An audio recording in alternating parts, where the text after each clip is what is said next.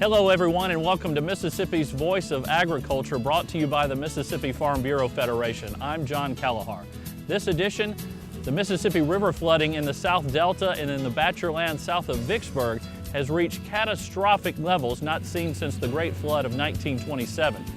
There are fields, businesses, and homes underwater now going on 5 months. We talked to farmers about how they're coping and what this means for their future. You'll hear from row crop farmers, a timber business, and a catfish producer, all threatened by the floodwaters.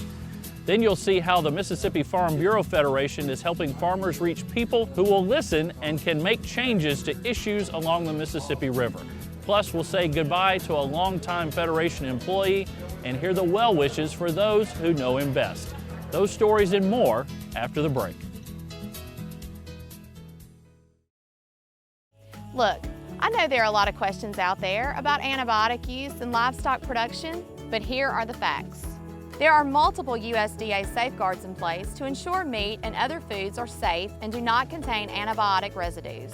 Antibiotics make foods safer by helping keep animals healthy. Responsible use of animal antibiotics reduces bacteria entering the food supply.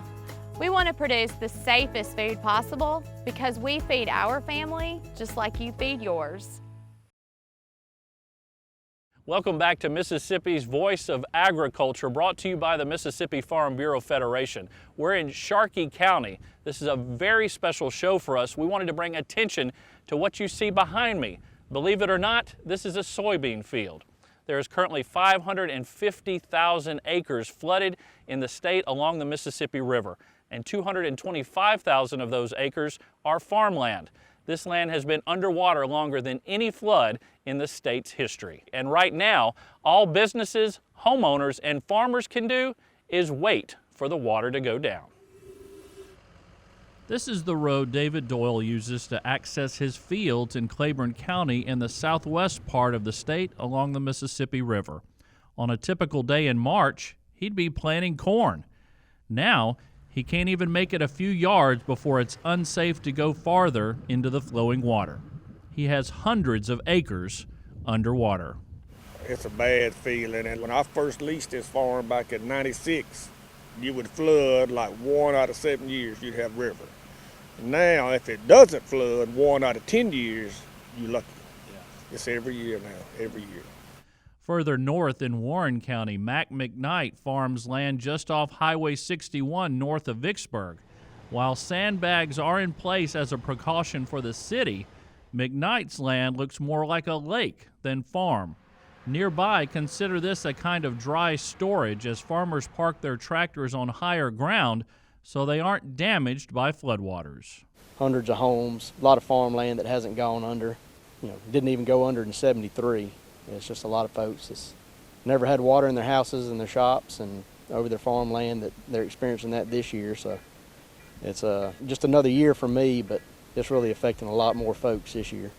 According to the Mississippi Levee Board, the total farmland flooded is 500,000 acres and still rising.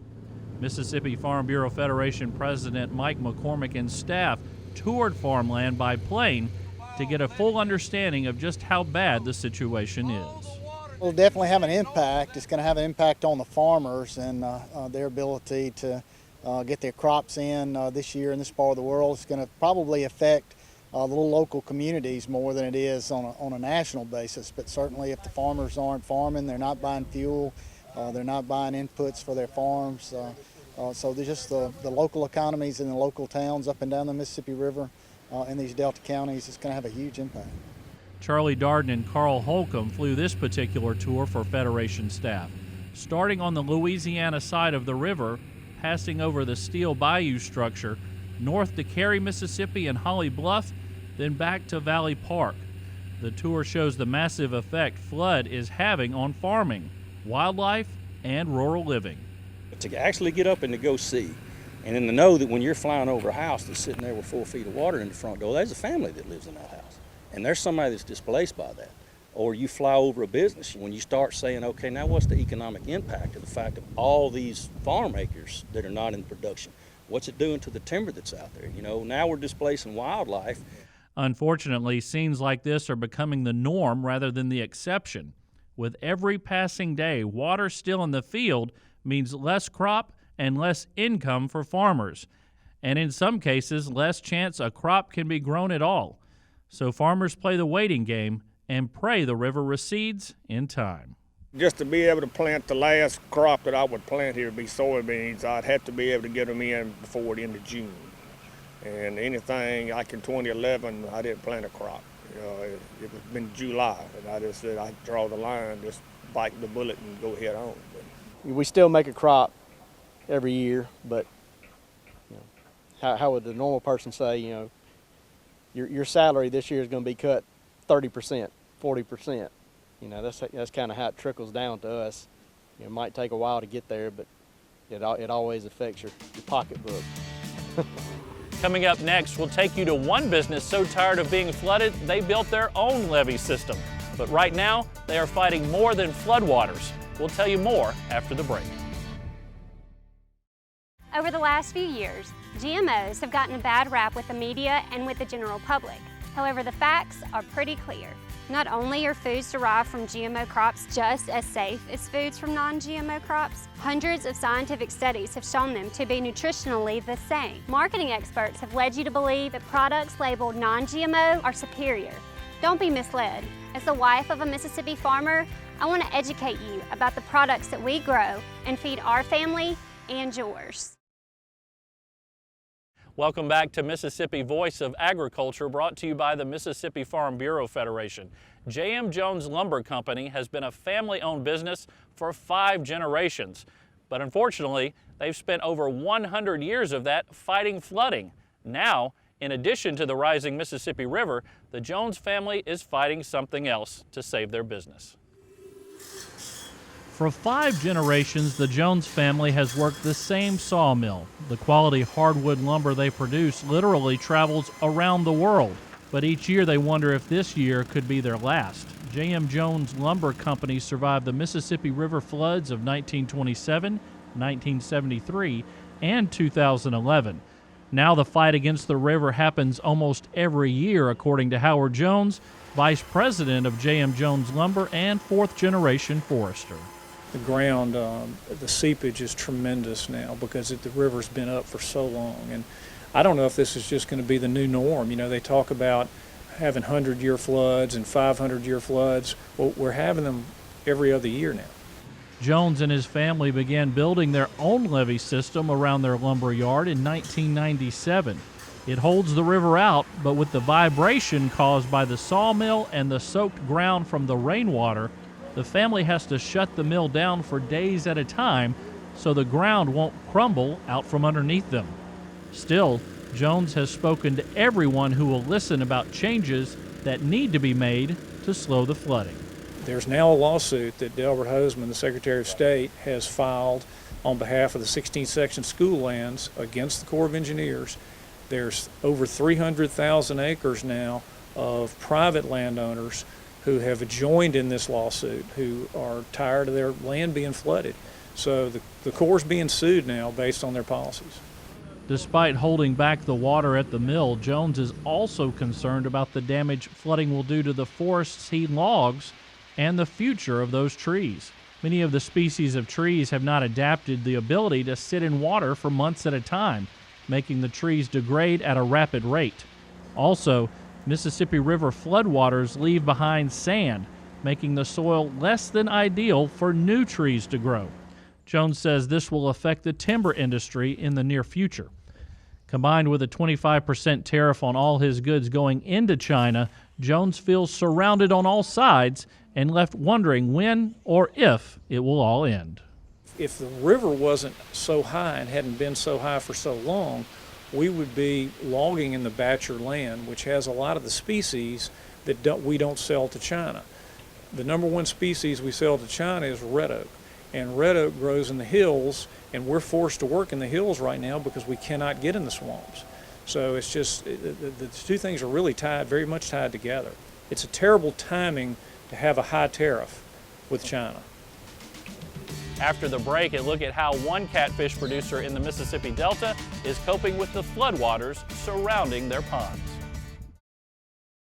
My husband works hard every day to provide a safe and affordable food source for you and your family. One way that he does that is by using biotechnology, or GMOs. GMOs help farmers grow more food while using less inputs. Over the last 20 years, GMOs have reduced pesticide applications by 8% and increased crop yields by 22%. After having been consumed in hundreds of millions of meals and studied for decades, GMOs have not contributed to a single illness or death. Since 2010, Farm Families of Mississippi has been bragging about ag. Mississippi farmers are proud to do our part to help families enjoy safe, healthy food at affordable prices. I've been farming for 24 years and I still love it. When was the last time you were responsible for feeding 155 people? If you're a Mississippi farmer, the answer is easy. It was yesterday. Well, I'm still farming, but today I feed 165 people. The Farm Families of Mississippi. From row crops to forestry to aquaculture, the floodwaters created by the Mississippi River do not discriminate against anyone in this backwater area of the Mississippi Delta. Here's how a catfish producer is keeping their operation running despite being surrounded by the muddy water. For 25 years, the Jones family has owned and operated wellspring fisheries in Sharkey County, with few setbacks. This year, however, the family has faced numerous unforeseen challenges. Floodwaters are still on the rise in the Mississippi Delta. Bobby Jones and his family own 102 catfish ponds, 22 of them already impacted by floodwaters. His workers' homes also cut off due to waist-deep water. Measures to avoid flooding have been extensive, but Jones and his crew are still working hard to ensure production continues. After experiencing the impact of rising floodwaters for 4 months now, Jones and his workers are doing everything they can to protect their ponds. We've had to pull levees to increase our exterior levee height to keep water from coming in on us. We've also been just having to stage on what ponds we're stocking for the baby fish, and based on where the floodwater is and what we think we might get floodwater.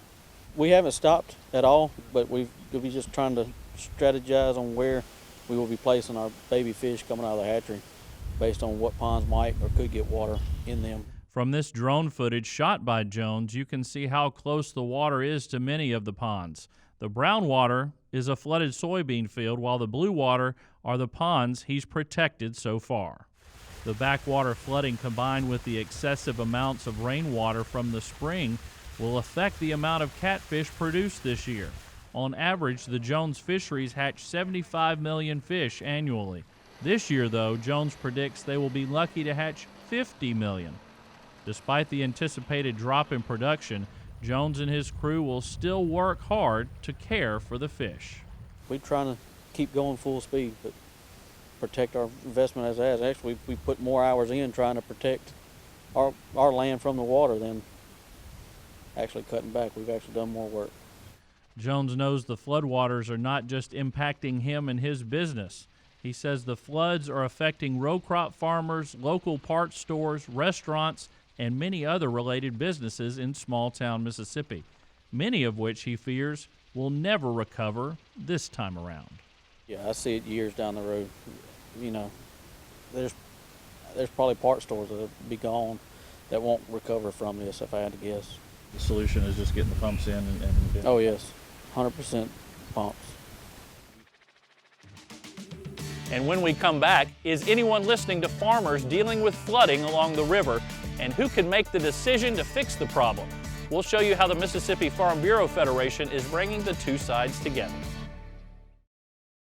Blueberries are the second most popular berry in the U.S., but number one in Mississippi. Blueberry growers like me produce thousands of acres of delicious blueberries each year, available to you fresh from the farm. Blueberries have more antioxidants than other fruits and vegetables. That means a serving of blueberries has more power to fight aging, cancer, and heart disease. Make sure you look for Mississippi blueberries in your store or farmer's market. Blueberries from Mississippi, great for you and so very good. Since 2010, Farm Families of Mississippi has been bragging about ag. I grow spark plugs and I grow toothpaste. All these years later, I'm still a corn farmer. I grow crayons and truck seats. Yep, still growing soybeans. Well, I raise guitar strings and emery boards. Still out here feeding these cattle every day. The Farm Families of Mississippi. Thank you for watching Voice of Agriculture, brought to you by the Mississippi Farm Bureau Federation. With hundreds of thousands of acres flooded along the Mississippi River, farmers, business owners, and residents are wondering who can make the decision to change what has become a yearly problem. That's where the Mississippi Farm Bureau Federation has stepped in to bring farmers face to face with people who can hopefully solve the problem. A cloudless day in April usually only means one thing for row crop farmers across Mississippi: planting, or at the very least, preparing to put seed in soil. In 2019, for farmers along the Mississippi River, this day meant discussions on solutions to ending the almost yearly flooding of their property. There's still scarce land in the backwater area of the lower Mississippi Delta, or south of Vicksburg in the area known as the Batcher, that isn't still flooded.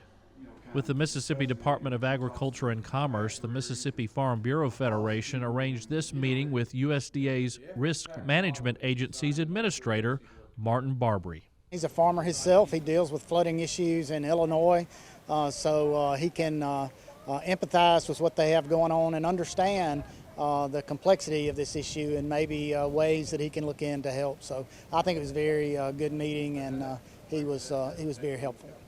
Still, for farmers, another day not in the field is another day they aren't producing a crop to support their family, an already risky proposition growing riskier by the day. Agriculture today is an inherent risky business as it is. We don't control fuel prices, we don't control crop prices, we don't control input prices, we don't control rent prices.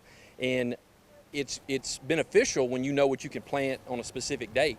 With this example down here where we are in this part of the world, you don't even know if you can have a land available to plant a crop on. This meeting focused on the increased likelihood the Mississippi River will overflow its banks, especially between Vicksburg and Natchez.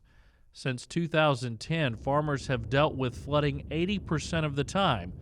That seems to be the only thing farmers down here can count on these days. We cannot maintain our rotations that is our lifeblood in a Southwest farm, Mississippi farm, where we're unirrigated for the most part. We rely on rotations, soil conservation, different methods to survive and keep our yields up.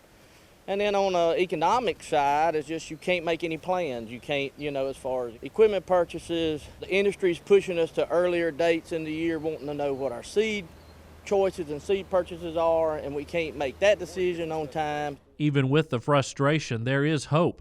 Through the meetings with influencers like RMA Administrator Barbary, solutions to the flooding can be found and regular farming can be restored to the Batcher, so their children and grandchildren can farm this land when it's their time. With our ideas that we had sort of come up with in a meeting or two that we had as growers, and with our ability to share those thoughts with the RMA and hear their thoughts, I am hopeful that we're going to come up with something. The issues that we're having now are just something that's just popped up over the last 10 years. So to have a government agency, to have somebody as important as administrator here, is going to be a significant step forward in this process. And finally, Mississippi Farm Bureau Federation said goodbye to one of our most beloved employees, as after 26 years, our Northeast Mississippi Regional Manager, Terry Norwood, retires. But the farewell reception did not disappoint. Here's how a few past and present employees remember Terry. You could say Farm Bureau was ingrained in Northeast Mississippi Regional Manager Terry Norwood's life at an early age. His father served at the county level and then as a state board member. Terry even carries his father's gold watch given to him for his service back decades ago. Terry took his many years of experience as a school teacher and an FFA mentor and applied it to his work with Farm Bureau. So it's on this day Terry says goodbye to the organization and people who made the last 26 years so special. Farm Bureau is the people, the farmers and the rural people of the state of Mississippi. in this district, in Northeast Mississippi, is who I've worked for and I've appreciated. And it's been a long time. And I look, heavy heart to retire because I won't be around them as much. But Farm Bureau is the organization for us.